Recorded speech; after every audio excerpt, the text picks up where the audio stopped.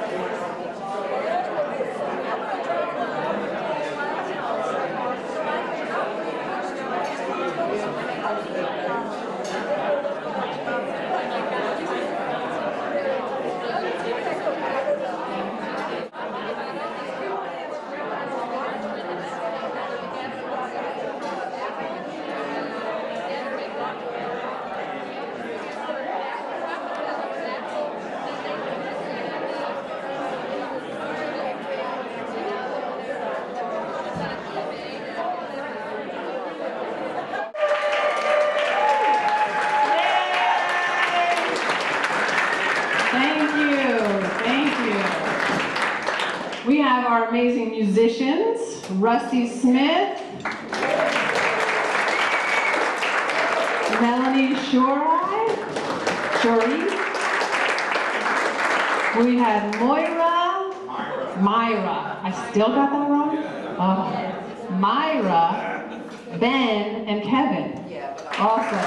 Thank you so much. That was beautiful.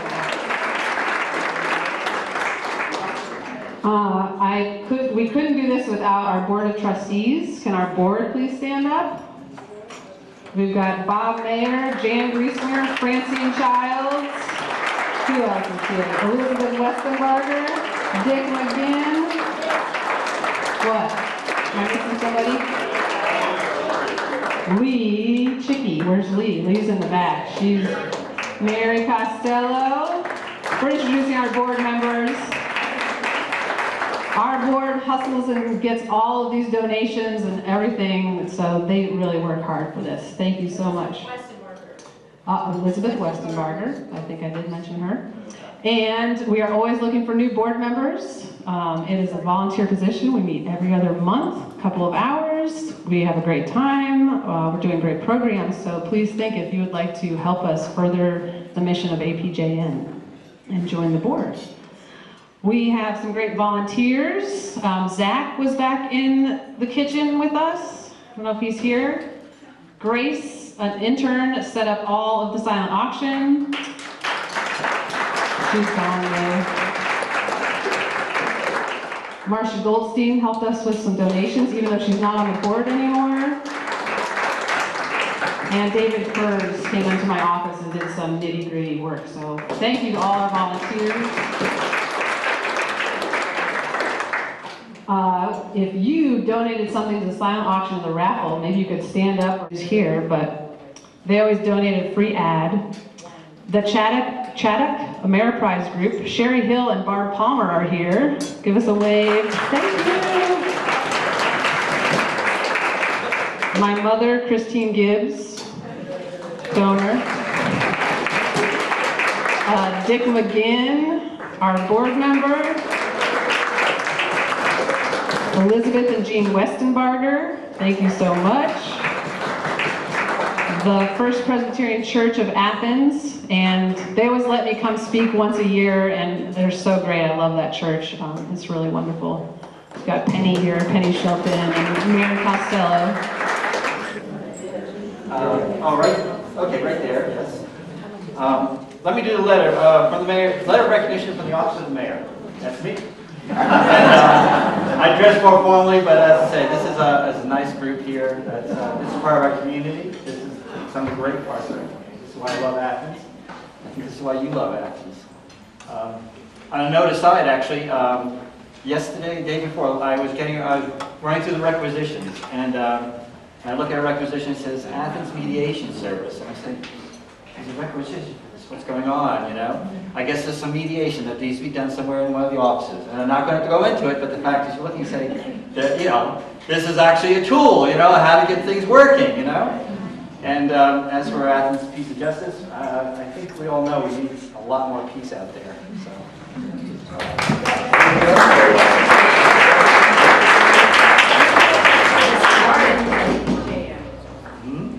Yes. Okay, let me do this, and then I'll let the program continue, so I don't have to speak too much. Whereas, since 1984, Mr. Orwell's year, okay, and we can always do double think, double plus, and all that other great stuff there. The Appalachian Peace and Justice Network has provided leadership on peace, economic, and social justice issues. Recently, they've been focused on sexual assault prevention, as I remember from last year, the Holla Out. Training and instruction, conflict management, and bully prevention in local schools, businesses obviously, and entities throughout the city of Athens and the state. And whereas APJN has over the years offered guidance and opportunities for our citizens to foster communication, friendship, providing consistent and positive influence on our community. And that's no doubt it does, as you know that. And whereas Friday, September 26th, 2014, the Appalachian Peace and Justice will celebrate their 30th anniversary. 30 years. They're not supposed to trust anybody over 30, but I guess we'll make an exception. And its 7th annual benefit extravaganza, celebrating International Peace Day. You can only hope for that. That everybody would just put down their arms and hug them. Hug other arms. Now, therefore, I deem it an honor and a pleasure, and it is, to be in front of you people, to extend this letter of recognition to the members of the Appalachian Peace and Justice Network, and call upon the citizens of our community to join me in recognizing their 30th anniversary, and I hope for another 30 and lots of accomplishment. Thank you.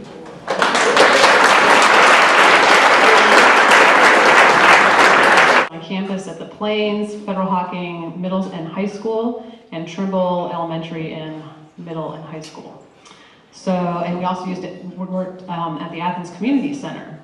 So we still have funding for free classes. It's a 23-week curriculum. It's evidence-based. It's called Second Step. If you know a teacher, a principal, a guidance counselor, a school social worker, any of these people that can get us into a classroom and help us reach more kids and more students would be great. So free from the Sisters of St. Joseph Charitable Fund of West Virginia.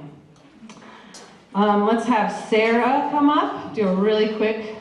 Sarah Fick is our director of the Sexual Assault Prevention Program.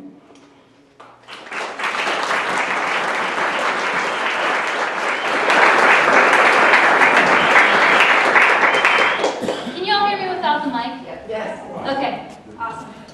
So, just some updates about what's been going on. I'll give you the sad news first. We were not asked back to Logan High School this year because there was a parent complaint about including queer relationships as an example of healthy relationships last year. We did the same media literacy lesson in the 9th grade health classroom for the past 6 years, where we asked students to bring up examples from the media of relationships that they think are healthy or unhealthy. We talked about why they would put them in the category. And then towards the end of the lesson, we look at what we've got on the board, and if there's a lack of diversity there, we intentionally bring out things to add diversity so that every student can see themselves reflected in something that can be considered healthy. And we always make sure that there are same-sex relationships in there. And we got through 6 years without a parent complaint. Last year, at the end of the school year, there was a parent complaint, and we tried to get in touch with the principal and the teacher all summer long, and were never responded to. So our next step is to talk with PFLAG and brainstorm on some other ways that we can at least get acknowledgement that that is happening, if not get back into that school. But good news is, we did get into Trimble High School last year, and it has been great. The students love us, we love them, and we're happy to be coming back this year. We are also starting an after-school program with help from some of the girls from Athens Rock Camp for Girls. That's going to be for girls going to Athens High School, but we're going to meet off campus at the Plains Public Library because the administration is not necessarily on board with this. So it's kind of going to be a student-led initiative that is a support group and also a place where girls can work together to plan activism to change the climate of their school around sexual harassment and around like the school dress code, things like that. So that's really exciting thing to me. We're gonna have our first meeting next Wednesday and see how it goes. If it goes well, we might try to do a similar thing at Trimble High School next year.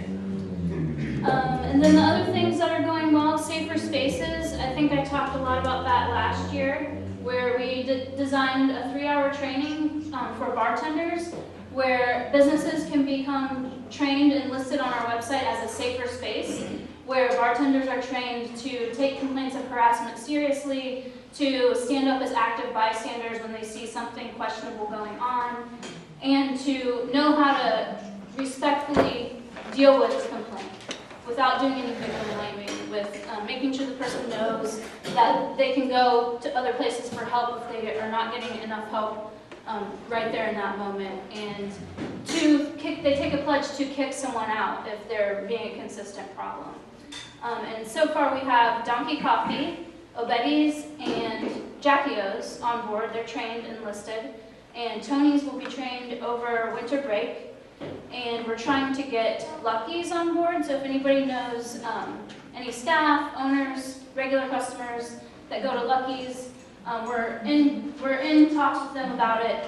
And that is because during the first week of school, we got 3 stories of harassment that happened in that bar, that's never happened before. We've never got 3 stories in a row from one spot, and so we approached them about that. Let's see, what else? Oh, and through talking with the library about the after-school program, they started to get interested in safer spaces, and there's a core group of staff at the Plains Public Library that wants to spearhead getting a training for all the Athens County Public Libraries to take the safer spaces training and be listed on our website as a safer space. So that's really exciting. And then one of my personal goals for this year is I live in Meigs County. I'm not currently working in the Meigs County schools, but through talks with Meigs County Victim Services and the Meigs County Sheriff Department, we've been able to identify the school that we think will be most friendly, most easy to get into. And so we hope to get into Eastern local schools this year. So if anyone knows, any teachers, administration, anyone there, put in a good word for us. And that's it. Well, now we get to remember our good friend Art Gish. And in his honor, we would like to have Heather Cantino and Dick McGinn come up and introduce this year's recipient, Christine Hughes.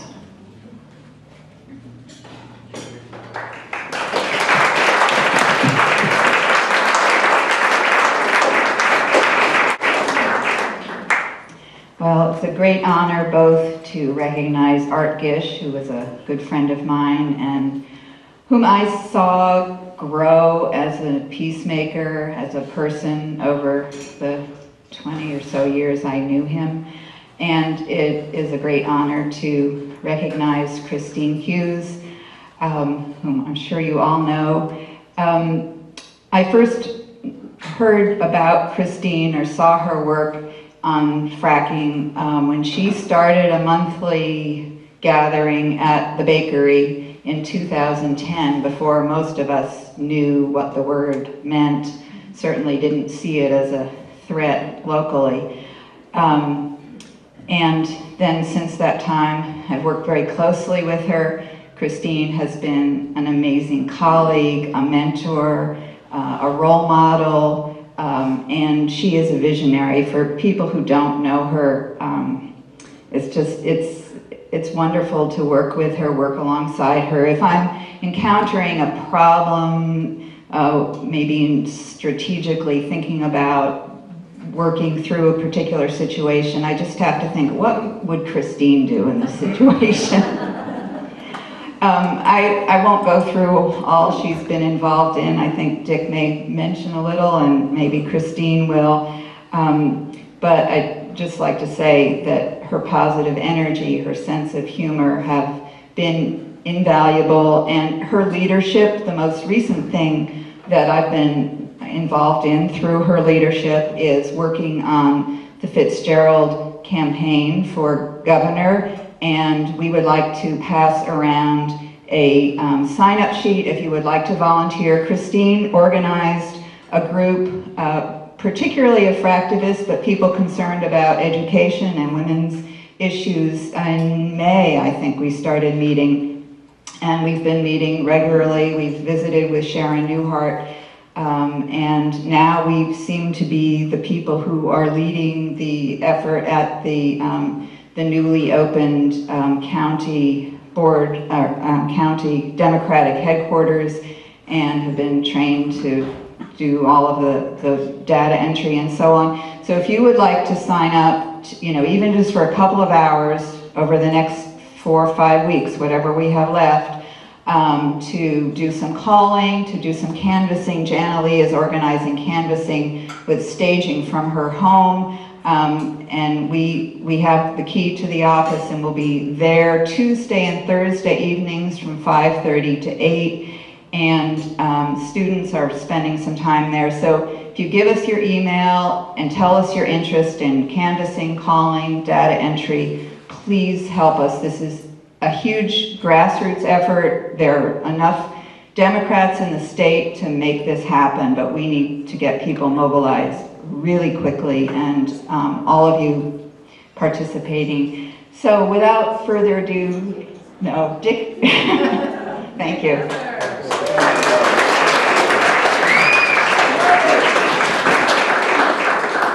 Well, it's a great honor to be here to follow Heather Cantino. Heather is one of the major leaders in this movement to protect our environment from the pollution from fracking and other activities that are just simply not wanted in this community. 2 years ago, APJN actually gave an award to fractivists in general, and many of you are here tonight. The first person we called was Heather, and she said, make it general, make it, there's so many people working on this. It's difficult to pick somebody out. But this year everybody agreed. Christine is the one that we want to recognize, not just because she works in the anti-fracking, the anti-pollution effort, but because she's involved with so many other activities. I'm proud to say that she's a member of the Bill of Rights Committee. She's also a member of ACFAN. She's also a member of Appalachia Resist, and she works with all of these groups, and she works tirelessly to bring us together. So that's an extremely important thing. Just before I forget, there are some yard signs here that you can pick up. Vote yes on issue 7. This is just for the city of Athens, so if you live in Athens City, you're welcome to take one of those signs. I just want to read a statement, because if I get started, I don't stop, according to my friends. Christine is the only board member who also is active in all the other anti-fracking groups. The groups have different methods, it is true, but Christine works equally with them all. One of the groups does not hesitate to take direct action, which sometimes ends with arrests and jail time. That was a tactic Art Gish specialized in. In 1991, my own daughter, Colleen, was arrested together with Art and 103 other Athenians protesting Bush 41's invasion of Iraq. Christine has also followed in the American tradition of civil disobedience. She, with 7 others, was arrested last spring protesting a Class 2 injection well in Troy Township.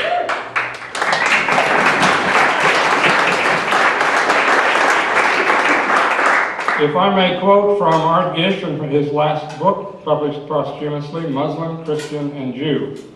He says, each community has established its own boundaries. There may be good reasons for those boundaries, and they need to be respected. We need to remember, however, that those boundaries are artificial boundaries. It's essential that those boundaries not be elevated above the call to love our neighbor. It is fitting that we honor Christine for her unique ability to work with everybody and keep her eye on the prize. She is a lot like Art in that way. Ladies and gentlemen, I'm honored to join together with Heather and all of the APJN board in honoring our friend Christine Hughes, the recipient of the Art Gish Award for 2014.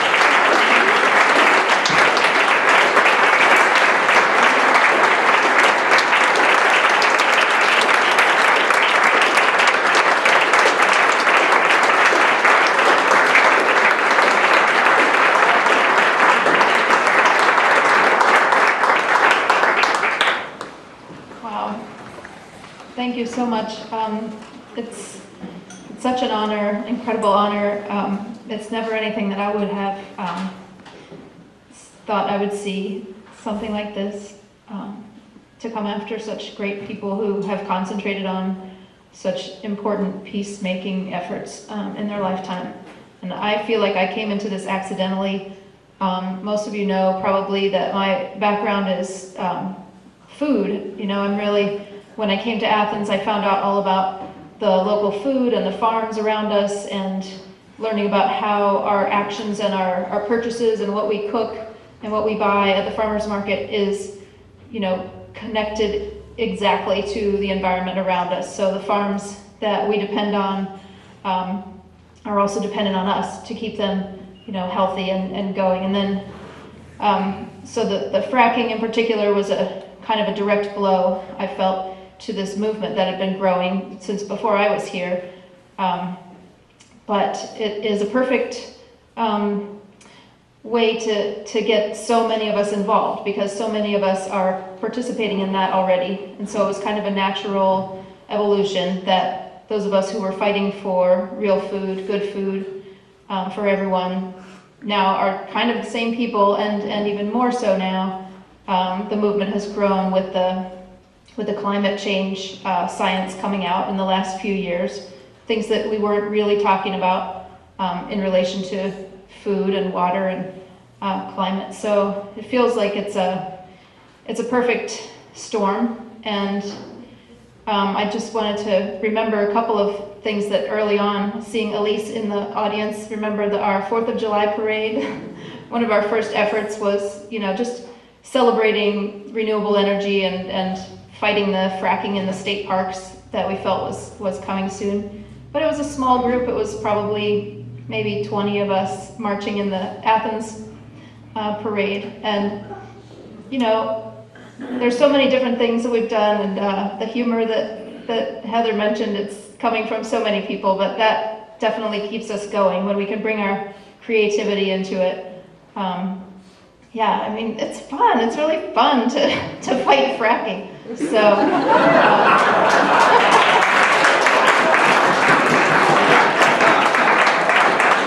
no work at all.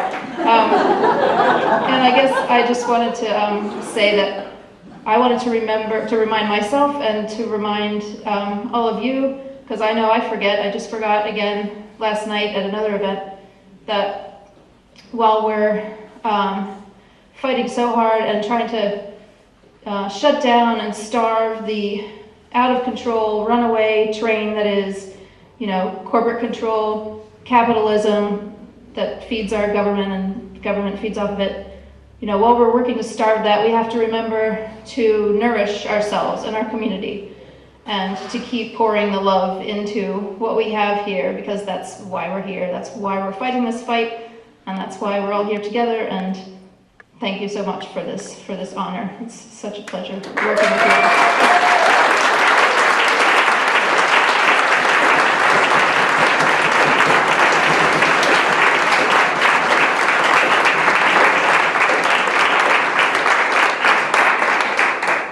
Keep up the good work. Let's all get involved. I also want to I forgot to thank Ed Newman, who is with us with music. Thank you so much.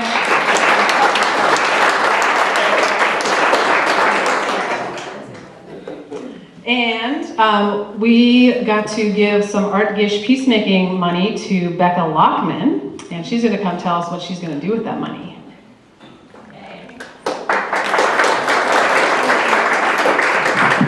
Hello, I am an adjunct at OU, and this semester I get to teach a poetry workshop with the theme of war and peace. I wish every day that art could be sitting in on that class. And what we're doing in this class is we're really wrestling with that question of what does service mean in our family and in our communities. And I hope learning that the military does not have, a copyright on that term, that to serve your country and world, you can do that in a number of ways.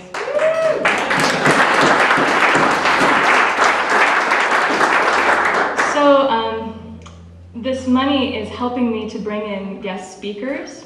It's helping me, last weekend this class helped to host an event that honored the peacemaker and teacher William Stafford, whose 100th birthday would have happened this year. Everyone in this room should know who William Stafford is. If you don't, go home and Google it. He said things like, everyone's a conscientious objector to something. Are there things you wouldn't do? And he was a conscientious objector in World War II. So teaching about Stafford is not an easy thing to do with undergrads, but I hope that through his life example and through talking about people like Peggy and Art, that these students realize there's so much more to serving than enlisting in our military. That being said, we also learn to hear each other's stories no matter where we're coming from, and just to be able to speak together about our stories, whether they're different from one another or not, is a really important skill in this world of texting and Facebook. So I just want to say thank you again for this funding that makes this class so much more alive, and these students are getting to meet multiple instructors affected by the wars that are happening right now. And so Art, you're still doing your thing, so thank you.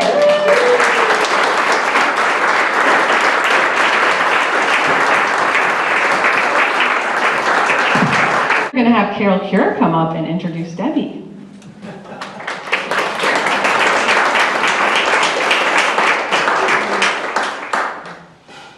So now I have a chance to have the honor.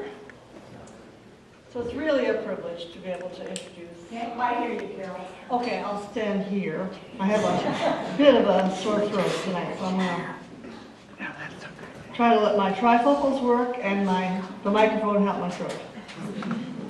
So it's a real honor to be able to introduce Debbie Phillips, our representative from the 94th House District, which, as you know, includes Meigs and parts of Athens, Washington, and Vinton counties.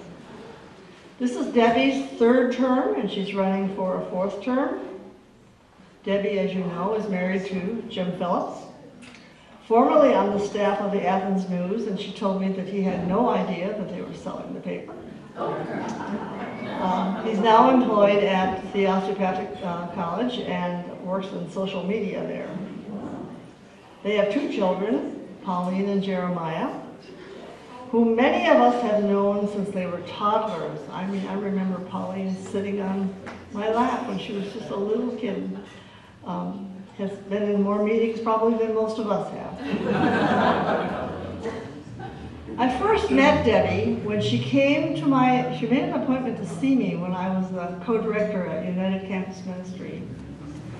And she came dressed in a long skirt and a scarf around her head, and I thought, who's this nice Mennonite lady walking around? Well, she had just moved to town with her family, and they were living with Art and Peggy out at New Covenant Fellowship. They were looking at intentional communities as a way that they might take their life. This was the first incarnation of Debbie that I knew. And I've seen her evolve and be transformed many, many times. Always probing and seeking answers to the deep questions. Patiently listening to others. Speaking kindly but firmly to those who may be asking the hard questions also. She teaches as she speaks about controversial issues. She's a true leader when she's leading in collective action. And she is a good mediator. So with Debbie, there are light conversations. She can talk about horseback riding, about playing with the kids, and working on the farm. But with Debbie's transformations, one after the other, there's always a current of depth. And it's so refreshing to see her move from one thing to another. It's these qualities that led her to be a successful Athens City Councilwoman, where she represented the 4th Ward. While on council, she served on council's Planning and Development Committee, which oversees proposed developments, subdivisions, and the implementation of the comprehensive plan in Athens. All of those skills, I'm certain, are useful to her now. It's these same qualities that led me to hire her to serve as project coordinator for Rural Action's Community and School Connections program. This program is part of a national effort funded by the Annenberg Foundation to strengthen small rural schools in America, to work with citizens on issues of school facilities and school funding, and as you know, that's always been a big problem in Ohio. This work led Debbie to found a new nonprofit, the Ohio Fair Schools Campaign, to carry out this work for the long haul. A graduate of Ohio University, Representative Phillips is also a qualified mediator who has provided training in peer mediation and conflict resolution in schools. Part of that through her 4-year tenure here at APJN. In the General Assembly, Debbie intends to continue her focus on educational excellence in Ohio, to promote advanced energy opportunities, even though we've seen a real problem in the last several months with our governor on this issue, and to continue to be a strong advocate for the people of the 94th District. In addition to her work on education issues, Representative Phillips serves on the House Finance and Appropriations Committee, the House Rules and Reference Committee, House Education Committee, and the Joint Legislative Ethics Commission. Now, she has a 100% rating by Innovation Ohio on women's issues.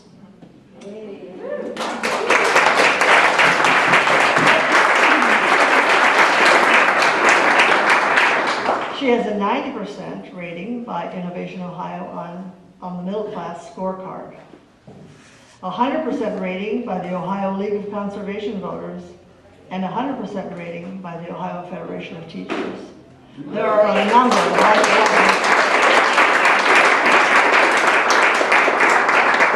and I'll bet when she finishes tonight, we're going to give her a bill to get us out of having actual standards. The bill, in addition to getting us out of Common Core state standards, would repeal our current science and social studies standards. And it includes language that appears to be the newest iteration of intelligent design language. So it has some teach the controversy language in there about evolution, about climate science, that you couldn't show preference to a particular viewpoint just because of political popularity. And it's bizarre because, of course, Common Core state standards is only English language arts and math. So repealing the science and social studies standards has nothing to do with Common Core. They just want to get rid of those and put in the new intelligent design language. When I asked the sponsor of the bill, not the sponsor of the bill, a witness from a think tank, whether it would be harder for our kids to get into schools like MIT if they were taught jump science, the sponsor of the bill responded and said that I needed to educate myself about climate science. And to do so, I should read the book State of Fear by Michael Crichton.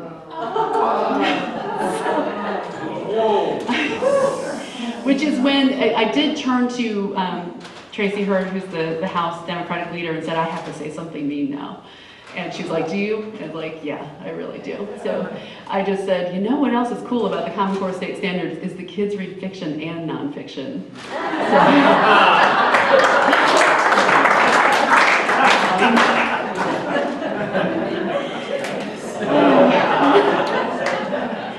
So, it is, there are times when you've got to find a way to connect with folks and make those changes, but there's times when it's just, we've got to stand up at how ridiculous things are getting. I mean, this is, on a policy basis, we have got to fight for these changes. So I think the way to be more effective in the fight is to try to make these human connections. But on a policy basis, there are scary things that are happening, that it's going to affect our kids, it's going to affect our future. I don't think that there's a state in the nation that has the intelligent design language in law. So if this were to pass, we'd be in a special place in the country. One that was not real promising for a state that has a lot of research capacity, a lot of manufacturing capacity. We need kids to be really good at math and science. And not caught up in all of the kind of right-wing ideological stuff that's going on right now. The other thing in terms of policy that I think we really all need to be working on, even though it's boring, is redistricting reform and term limits. I mean, it's hard to get people excited about how you draw the maps, but that's what's created this incredibly dysfunctional culture at the State House and in Congress. How do we affect that? Well, it would have to be through constitutional amendment. There is a Constitutional Modernization Commission that is supposed to make recommendations this coming November that could end up on the ballot. The last time we had an issue on the ballot, the No campaign was able to just raise questions in people's mind. It was a much better process than we have in place, but they were like, oh, will they be able to have a blank check? And so because the rules, the more detailed implementing language gets done legislatively after a ballot issue passes, it didn't go into all of that gory detail in the language for the Constitution. So when you're amending the Constitution, the No campaign has the easy lift, because all they have to do is raise a question in people's minds. So we've got to educate people about why the maps matter, so that the electorate's ready for that when the question is raised again, whether it's done through a citizen initiative to place it on the ballot or through the Constitutional Modernization Commission. But that's what can change the climate, so we have a more rational discourse about all of these issues. And I would say term limits would be another one. When people voted for that, they had their eye on Congress, and that part of it got tossed out. But when you've got a third of the Ohio General Assembly coming in and they're brand new, there are definitely some vulnerabilities, and there are some lobbyists who can really roll folks when they don't really have their legs under them and know how the process works and who to ask for good follow-up information. So we've got to work on those things. But I would just say, it's the policy stuff and it's the relationships. People need to have a sense that you actually have some respect for them. And that's hard sometimes, right? I mean, it's really, really hard if you're sitting there going, this person is, I can't even talk to them. They're, you know, I don't understand how they think. You know, that comes through if that's how you're feeling. So trying to find a way to connect with people and listen with some respect to where they're coming from and why they think what they think, because they, you know, we are not all the same and we do not all believe the same things. And it's part of living in a democratic society. We've got to find a way to listen to each other and work through these things. So yes, the policy fights, but also I think all of us need to work on, you know, how we communicate about that stuff so that we can be more effective.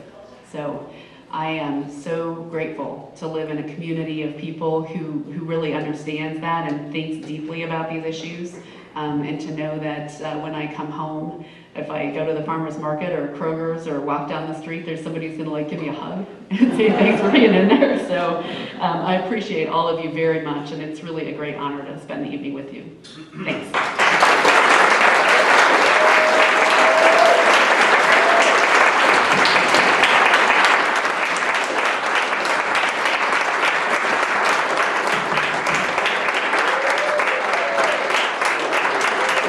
Does anybody think that Debbie should be our next governor? Phillips for governor! Phillips for governor! Phillips for governor! Phillips for governor! And she has said she would take questions or dialogue, or we're doing well on time. There's still time to bid on these auction items. We've picked the winners of the raffle. You can go check your ticket and see if you won anything. Are there questions for Debbie? Where's Mary Morgan? She always has a question. Or a profound statement. What do you want to say? I have a question. Yay. So, Debbie, we are in these critical.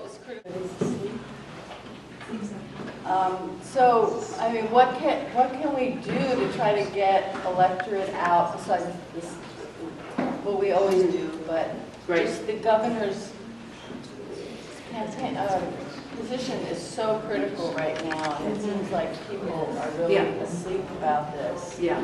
And there have been some misfortunate issues that came up, but when you compare the atrocities of one candidate to another, it will have global impacts. This election will have global impacts. Yes. So the question is, how can we get folks more engaged? This is a really tough election cycle, and it's not just here. Pollsters who look at this across the country are saying that there's an enthusiasm problem across the country, right? This is not just Ohio. And the party, partly because of the enthusiasm issue and partly because of the fact that we're so deep in the minority in both chambers, there's a huge resource difference too, right? So I know people are frustrated that the office doesn't have staff and all that kind of stuff, so we appreciate the volunteer efforts that are underway. The party is very focused on turnout, and there are people all across the state. Ted lost by 77,000 votes, which is tiny in a state this size. And in Athens County, there are 1,000 people who voted for Ted in 2006, voted for the president in 08, voted to repeal Senate Bill 5 in 2011, voted for the president again in 2012, but who did not vote in 2010. Right? We had this huge enthusiasm problem in 2010. We had the national recession, all these people were feeling downhearted about things. And so those people, these are not people who only vote in presidential years, right? They voted in 06 and they voted in 2011. So the message is why this election matters. That is what we need to communicate to people, not just a generic get out the vote, everybody has to participate. Why it will change things for people to vote this year. Because if people don't feel like they've got a choice that matters, it's harder for them to be motivated to get out and vote. I mean, I have to trust the pollsters on this because I don't understand people who don't vote every single election, but they're out there. And You know, it is a specific problem. It's one that we are, you know, in 2010, there was a national wave against Democrats. We had this massive enthusiasm problem. The pollsters tell us that this year looks frighteningly like 2010, right, in terms of enthusiasm. So the thing that people can do is talk to people who trust you about why it matters to vote this year. Talk about whether your concern is the ways that Governor Kasich has restricted voting rights, or the ways that Governor Kasich has restricted women's ability to control their own health care decisions, and defunded Planned Parenthood, and you know, those issues, whether it's environmental issues, you know, fracking in parks, like whatever the issue is that you are passionate about and that people trust you about as someone that they can get information from, talk to them about why it's going to make a difference to vote in the election this year. And I am, you know, I'm frustrated and angry about the driver's license issue. I don't understand it, but I can tell you that as county executive, Ed Fitzgerald has done things that will make a difference for a long time in Cuyahoga County. He started a program where they start bank accounts for children, college funds, when they enter kindergarten. This can change a generational culture of poverty, right? To like create a path toward being able to do things differently. That's profound. That is really good policy. And so, you know, we've got to, you know, just communicate with people about why it's going to make a difference to actually vote. Awesome question. I know APJN is a nonprofit, and when I was staff, I would never have said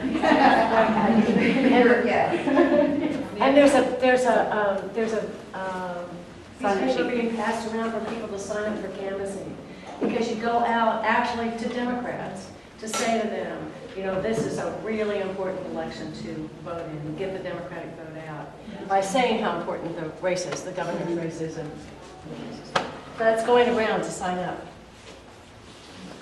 Debbie, I've had people tell me they won't register to vote because they don't want to be called for jury duty. And I wonder if that is something that's unique to Southeast Ohio, or is that something for them? We hear that, but that is old news. Yeah. So you're going to get called for jury duty if you have a driver's license. Yeah.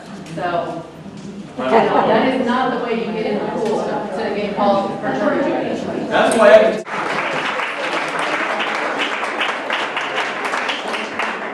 Thank you so much for making time for us. Thank you all for coming. I just love all of you. It's so nice to see you. You guys are great activists. Keep up your awesome work. We are now closing the auction, so if you've got anything over there, it's yours. Pick it up, bring it to Jan. Jan's going to do a couple of closing chants for us to get us riled up and ready for the fight. Look for our event next year, the Friday after Pawpaw. Can't do it on Pawpaw weekend. It's got to be the Friday after Pawpaw on International Peace Day. Have a great Peace Day, great Peace Year. And maybe afterwards we could get a picture of some APJN founders and staff and board. Maybe we could get a whole picture together. That's my dream. So we're going to have Jan with some chants. Thank you. Just a couple more minutes here. The United Farm Workers organized something called a grape boycott. Who remembers hearing about the boycott of grapes? Yes. Gonna lay down those drones and bombs. Gonna lay down those drones and bombs. Down by the riverside. Down by the riverside. Down by the riverside. Gonna lay down those drones and bombs. Down by the riverside. Study for no more.